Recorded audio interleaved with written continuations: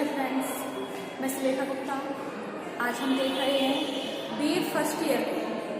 BA first year में हमारा chapter है समाजशास्त्रीय अध्ययनों में सभ्यतामूलक तथा मार्क्सवादी सिद्धांत। जो जिस दृष्टि से हम हमारी भारतीय सभ्यता का अध्ययन करते हैं, हमारे भारतीय परिदृश्य का, भारतीय क्षेत्रीय परिदृश्य का जो अध्ययन करते हैं, तो उसमें हर समाजशास्त्रियों का अलग अलग अध्ययन करने का तरीका होता है। प्रत्येक समाजशास्त्री के अपने अपने विचार होते हैं। तो आज की जो हमारी वीडियो है उसमें यही है कि समाजशास्त्रीय अध्ययन, जब हम भारतीय सभ्यता का समाजशास्त्रीय अध्ययन करेंगे तो हर विज्ञान के क्षेत्र में जो समाजशास्त्री हैं उन्होंने अपने अपने क्या विचार दिए हैं और उनके अनुसार भारतीय सभ्यता का किस प्रकार से अध्ययन किया जा सकता है। तो हमारे जो प्राचीन भारतीय जो ग्रंथ हैं, जैसे कि उपनिषद, वेद, रामायण, महाभारत, गीता, स्मृति, इन सभी में सामाजिक चिंतन का एक व्यवस्थित रूप मिलता है। इन ग्रंथों के सूक्ष्म अवलोकन से यह पता चलता है कि यहाँ पर उस समय सामाजिक व्यवस्था काफी उन्नत प्रकार की होगी, जिससे कि उनके जीवन के आवश्यक तत्वों, आवश्यक मूल्यों पर बहुत गहरा चिंतन प्रारंभ हो चुका था। उसी समय सामाजिक व्यवस्था को बनाए रखने के वाले जो आवश्यक तत्वों पर भी गंभीरता से विचार चल रहा था। हमारे जो कौटिल्य हैं, यानी कि उनको चाणक्य भी कहते हैं, उन्होंने अर्थशास्त्र और शुक्राचार्य ने नीति शास्त्र, मनु ने स्मृति और मुगल काल में कई प्रकार की अकबरी आदि ग्रंथों का पता चलता है कि उन्होंने इन ग्रंथों की रचनाएं की थी। उस समय हमारी सामाजिक व्यवस्था कैसी थी, किस प्रकार के रीति रिवाज थे, सामाजिक प्रथाएं कैसी थी, लोकाचार कैसे थे, रीति रिवाज, परंपराएं, मनोवृत्तियां कैसी थी, उनके आचरण संबंधी आदर्श नियम क्या थे। इन ग्रंथों के अध्ययन से हमें उस समय की समाज की व्यवस्था को समझने में काफी सहायता मिलती है और उसके साथ साथ समय समय पर उनमें जो होने वाले परिवर्तन होते हैं उनका भी हमें इससे पता चल सकता है। इसमें वर्ण, जाति, विवाह, परिवार, राज्य, धर्म, नातेदारी, इन सभी पर बहुत गंभीरता से गहन चिंतन किया जा सकता है। भारत में समाजशास्त्र एक नवीन विज्ञान है, लेकिन फिर भी समाजशास्त्र का एक व्यवस्थित विषय के रूप में विकास हो गया। जो हमारा भारतीय समाजशास्त्र है, इसमें ऐसा कोई विज्ञान नहीं था जो कि समाज का पूर्णता से अध्ययन करे। पश्चिमी देशों में समाजशास्त्र का विकास तेजी से हो गया, तो ऐसी दिशा में हमारे भारतीयों का ध्यान भी भारत में समाजशास्त्र को एक अलग से विषय के रूप में विकसित करने की ओर गया, जिसके कारण समाजशास्त्र को एक अलग से विषय के रूप में मान्यता प्राप्त हो गई। उसका अध्यापन का कार्य शुरू हो गया, उस पर अध्ययन करने का कार्य शुरू हो गया। इसके साथ ही उसके अंदर जो हमारी वैज्ञानिक आवश्यकताएं होती हैं उनकी उस प्रकार से उनमें कार्य करना भी शुरू हो गया। तो सन 1914 से लेकर के 1947 तक का जो काल था, उसमें भारत में समाजशास्त्र का औपचारिक कार्य किया गया। सन 1914 में बंबई विश्वविद्यालय में स्नातक स्तर पर समाजशास्त्र का अध्ययन का कार्य प्रारंभ हुआ। सन 1921 में लखनऊ के विश्वविद्यालय में अर्थशास्त्र विभाग के अंतर्गत समाजशास्त्र को भी मान्यता प्राप्त की गई, परंतु इस विषय का अध्ययन अर्थशास्त्र विषय के अंतर्गत ही किया जाने लगा। इसमें आता है पाश्चात्य समाजशास्त्री परंपरा से प्रभावित। तो इसमें सबसे पहले आता है जो इस विचार को मानने वाले जो विद्वान हैं, उन विद्वानों का मानना है कि भारत में पश्चिमी समाजशास्त्रीय सिद्धांतों का अध्ययन पद्धतियों को काम में लेते हुए समाजशास्त्र का विकास हुआ।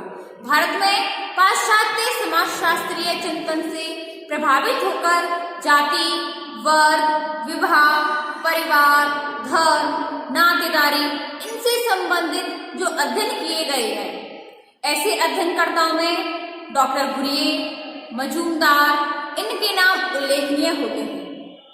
इन्होंने जाति, वर्ग, व्यवसाय, परिवार, धर्म आदि इनके समाजशास्त्रीय मुख्य विषय रहे हैं। इन्होंने भी अपनी पुस्तकें काफी लिखी है, किसी ने caste, class and occupation, culture and society, cities and civilization इनकी प्रमुख पुस्तकें हैं। डॉक्टर घुरिये ने सन 1952 में इंडियन सोशियोलॉजिकल सोसाइटी की भी स्थापना की थी। डॉक्टर कौपड़िया के विवाह, परिवार, नातेदारी अनेक प्रकार के अध्ययन रहे हैं। इसके अतिरिक्त उन्होंने 2 पुस्तकें लिखी थी। पहले है marriage and family in India और दूसरी हिंदू किनशिप। मजूमदार ने भी race and culture in India and introduction of sociology anthropology, a tribute and translation तथा caste and communication in the Indian village अनेक प्रकार के इन्होंने अपने कार्य किए। इसी के साथ ही इन्होंने दूसरे हमारे जो विचार हैं, दूसरे प्रकार की जो हमारी मान्यता है, इससे विचारधारा को है हमारी परंपरागत भारतीय चिंतन से प्रभावित। तो इस प्रवृत्ति के जो समर्थक है उनमें है हमारे सबसे पहले R.K. मुखर्जी यानी कि doctor Radha Kamal Mukherjee, professor D.P. Mukherjee, doctor G.S. Ghurye, R.N. Saxena. इनके नाम इस प्रकार के विचारधारा के सामने मुख्य आते हैं। डॉक्टर राधा कमल मुखर्जी ने उन्होंने बताया है कि समाजशास्त्रीय विचारों को भलीभांति से समझने के लिए ऐतिहासिक दृष्टिकोण अपनाना चाहिए। इन्होंने भारतीय समाज में समाजशास्त्रीय सभ्यता को समझने में महत्वपूर्ण योगदान दिया। इसी के साथ ही इन्होंने भारत की कुछ परंपराओं के अध्ययन को बहुत अच्छे से अध्ययन किया और ये आवश्यक भी मानते हैं। इन्होंने यहाँ तक भी कहा है कि परंपराओं का अध्ययन भारतीय समाजशास्त्रियों के लिए प्रमुख कर्तव्य होना चाहिए।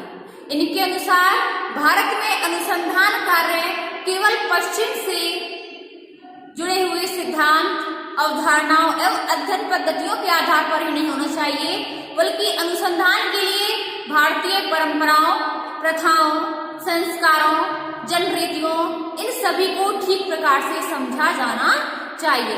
यहाँ पर भारतीयों ने की संस्कृति है उसमें समय समय पर पश्चिमी संस्कृतियों का भी प्रभाव पड़ता है, जिसके कारण संस्कृतिकरण, पश्चिमीकरण एवं सामाजिक परिवर्तन की क्रिया प्रारंभ हो जाती है।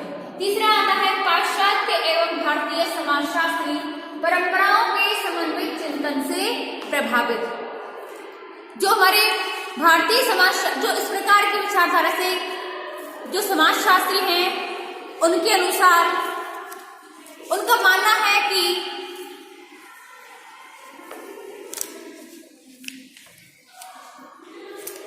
भारत में समाजशास्त्र के विकास की जो प्रवृत्ति है उसमें भारतीय समाज और संस्कृति की कुछ ऐसी विशेषताएं सामने आती हैं जिन्हें पाश्चात्य शास्त्रीय सिद्धांतों का अंधानुकरण करके ठीक से नहीं समझ सकते हैं।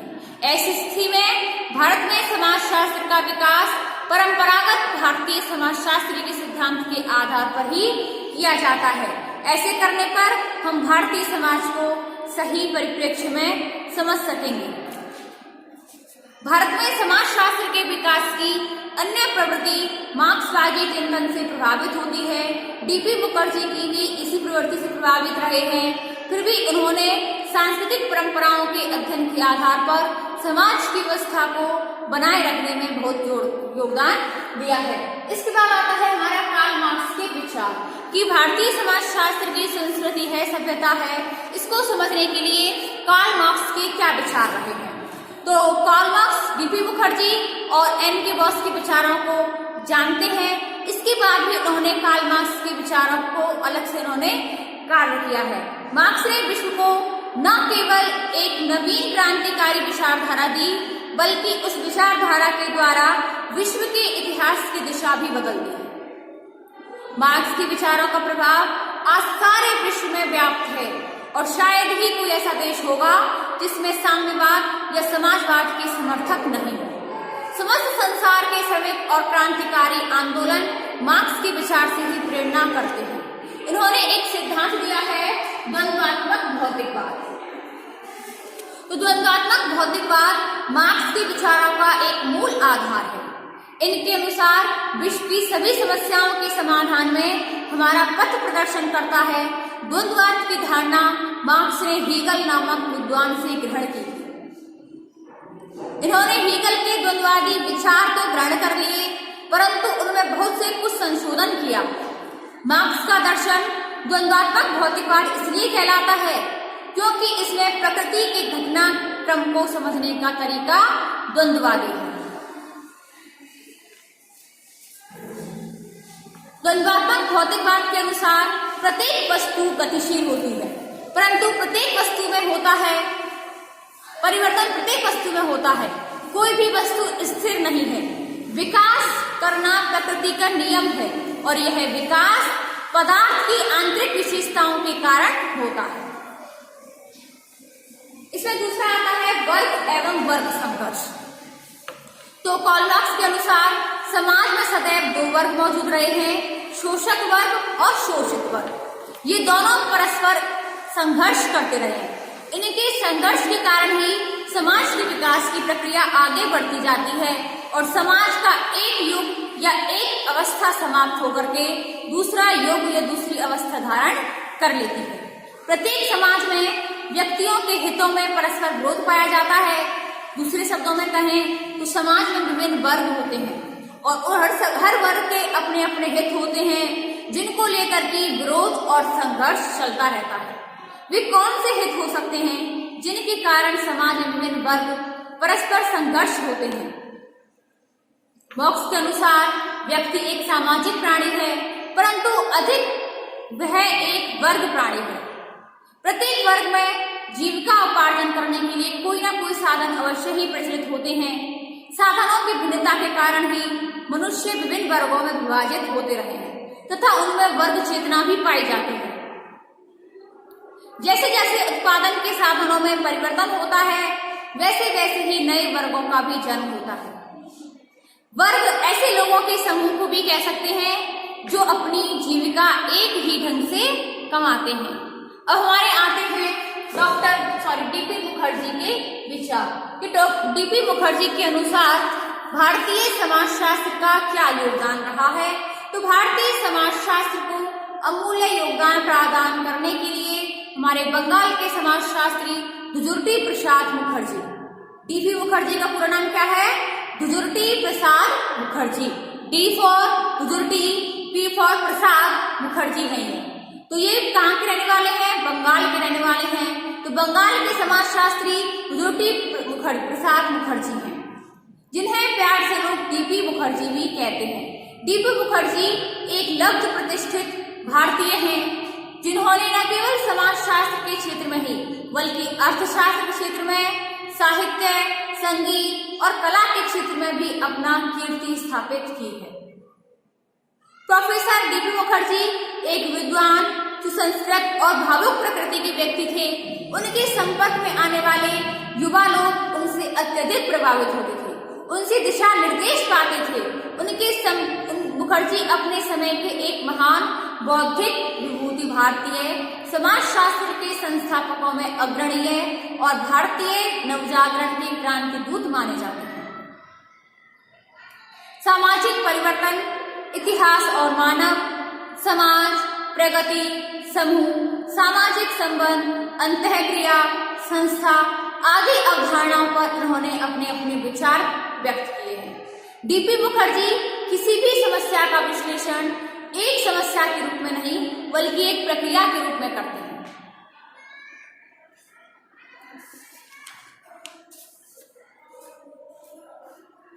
डीपी मुखर्जी मार्क्सवादी विचारों में विश्वास करते थे। राजनीतिक आंदोलन को वे सामाजिक और आर्थिक परिवर्तन का ही एक अंग मानते हैं। हमारे डीपी मुखर्जी के भारतीय समाजशास्त्र के अध्ययन को समझने के लिए मार्क्सवादी द्वंद्वात्मक अध्ययन को अपनाने के पक्ष में है। वे कहते हैं कि भारत के सामाजिक संदर्भ में व्यक्तित्व और संस्कृति को समझने के लिए मार्क्सवादी द्वंद्वात्मक उपागम ही अनुसंधान की दृष्टि से उपयुक्त पद्धति है। इस पद्धति के द्वारा ही भारत की सामाजिक वास्तविकता को समझा जा सकता है। इसी के द्वारा भारत की विशिष्ट परंपराओं, इसके विशिष्ट प्रतीकों और इसके विशिष्ट सांस्कृतिक प्रतिमानों की एवं सामाजिक क्रियाओं को आसानी से समझा जा सकता है। डॉक्टर डीपी मुखर्जी ने एक उपागम भी दिया था, एक सिद्धांत दिया था, उसका नाम है परंपराओं का द्वंद्व। तो डीपी मुखर्जी द्वंद्वात्मक उपागम के समर्थक हैं। द्वंद्वात्मक उपागम यह मानकर चलता है कि विश्व और समाज का विकास द्वंद्वात्मक प्रक्रिया के द्वारा होता है। प्रत्येक समाज में दो विरोधी शक्तियां मौजूद होती हैं, जिनमें कि आपस में परस्पर संघर्ष होता रहता है और इस संघर्ष का अंत एक नए समाज को रूप प्रदान देता है, एक नए समाज को जन्म देता है। ये दोनों विरोधी शक्तियां का समन्वय हो जाता है। मार्क्स इसे वाद प्रतिवाद या संवाद के रूप में व्यक्त करते हैं। इसे त्रेत का नियम कहते हैं। वाद से होता है, किसी विषय का प्रारंभ वाद से होता है जो स्वयं विरोधाभासों को जन्म देता है। समाज में एक शक्ति स्थिति मौजूद है जो कि दूसरी के विपरीत शक्ति स्थिति होती है, जिसे हम प्रतिवाद कहते हैं। इन दोनों में संघर्ष चलता है तो यह संघर्ष एक नई स्थिति को जन्म देता है, जिसमें वाद एवं प्रतिवाद का समन्वय होता है, जिसे हम संवाद कहते हैं। इसमें हमारे आते हैं पहले लघु एवं परंपरा, बृहद परंपरा में संघर्ष। तो भारतीय समाज में दो प्रकार की परंपराएं विद्यमान होती हैं, लघु परंपराएं, बृहद परंपराएं। लघु परंपराएं अलिखित होती हैं, इनकी उत्पत्ति संस्कृत साहित्य में नहीं होती बल्कि स्थानीय स्रोतों में विद्यमान होती है। ये परिष्कृत नहीं होती, इनका फैलाव सीमित क्षेत्र तक होता है। वहीं दूसरी ओर जो ऐसी परंपराएं जो लिखित होती हैं, जिनका उल्लेख में भारत के शास्त्रीय ग्रंथ जैसे कि रामायण, महाभारत, गीता, वेद, पुराण, उपनिषद में देखने को मिलता है, जो परिष्कृत होती हैं, इनका फैलाव संपूर्ण समाज में पाया जा सकता है।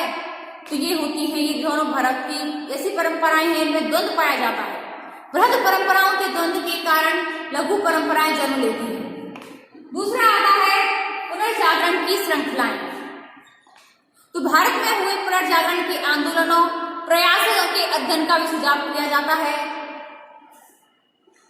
तीसरा आता है उच्च एवं निम्न परंपराओं में द्वंद्व। तो मुखर्जी के अनुसार ये दोनों परंपराएं भी द्वंद्व से गुजरती हैं।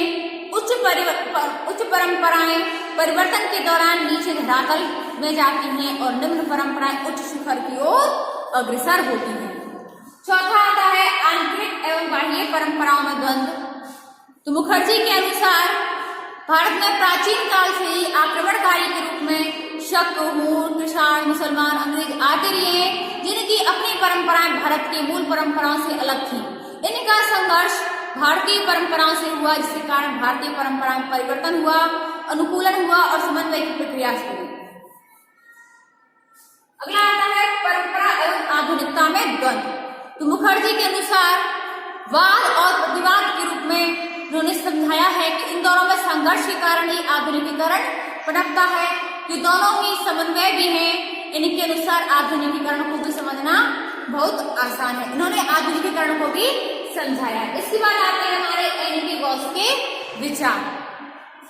तो एन.के. बोस एक रेडिकल मानवशास्त्री थे, जिनके लिए सामाजिक पुनर्निर्माण समाजशास्त्रीय सिद्धांतों के निर्माण से अधिक महत्वपूर्ण है। ये मानवीय मूल्यों में विश्वास करते थे, गांधीवादी विचारधारा से प्रभावित थे।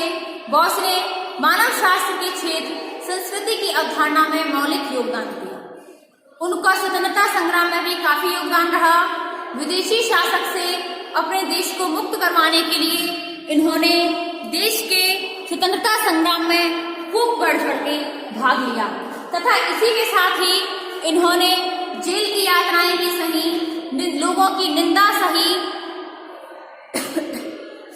उनके अनुसार भारत हमारा एक स्वतंत्र देश होना चाहिए।